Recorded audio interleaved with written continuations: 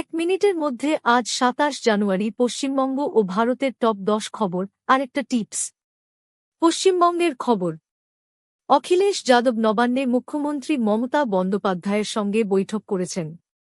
পশ্চিমবঙ্গে ভারত মাতা প্যান্ডেলে অগ্নিসংযোগের চেষ্টা নিয়ে বিজেপির অভিযোগ, পুলিশ শর্ট সার্কিটের সম্ভাবনার কথা বলছে।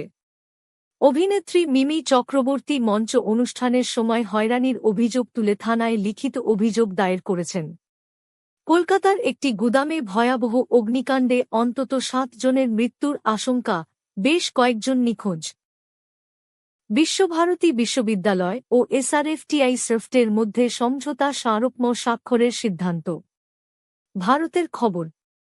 উজ্জয়িন মহাকাল মন্দিরে ভিআইপি দর্শনের বিরুদ্ধে দায়ের হওয়া আবেদন গ্রহণ করতে অস্বীকার করল সুপ্রিম কোর্ট। সরকার ২০৩২ সালের মধ্যে ৩ ন্যানোমিটার চিপ তৈরির লক্ষ্য নিয়েছে। ৪ বছরে ৭৫% প্রযুক্তিতে স্বনির্ভর হওয়ার পরিকল্পনা। নতুন ইউজি বিধি চ্যালেঞ্জ করে দায়ের হওয়া মামলায় এসসি/এসটি/ওবিসি কোটার সীমাবদ্ধতা নিয়ে প্রশ্ন তোলা হয়েছে।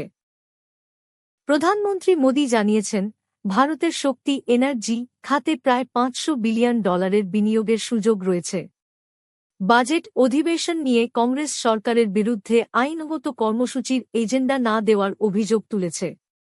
আজকের শিক্ষামূলক tips. Disclaimer: This is for educational purposes only. প্রতিদিন ২০ মিনিট রিভিশন করুন। ছোট নোট তৈরি করে পড়লে মনে রাখার ক্ষমতা ২ গুণ বাড়ে। কারেন্ট অ্যাফেয়ার্সের ৫টি প্রশ্ন নিজে নিজে তৈরি করে উত্তর লেখার অভ্যাস করুন। আপনি প্রতিদিন রবিবার ছাড়া রাত ৯ থেকে ১০ পর্যন্ত এই খবরটি পাবেন।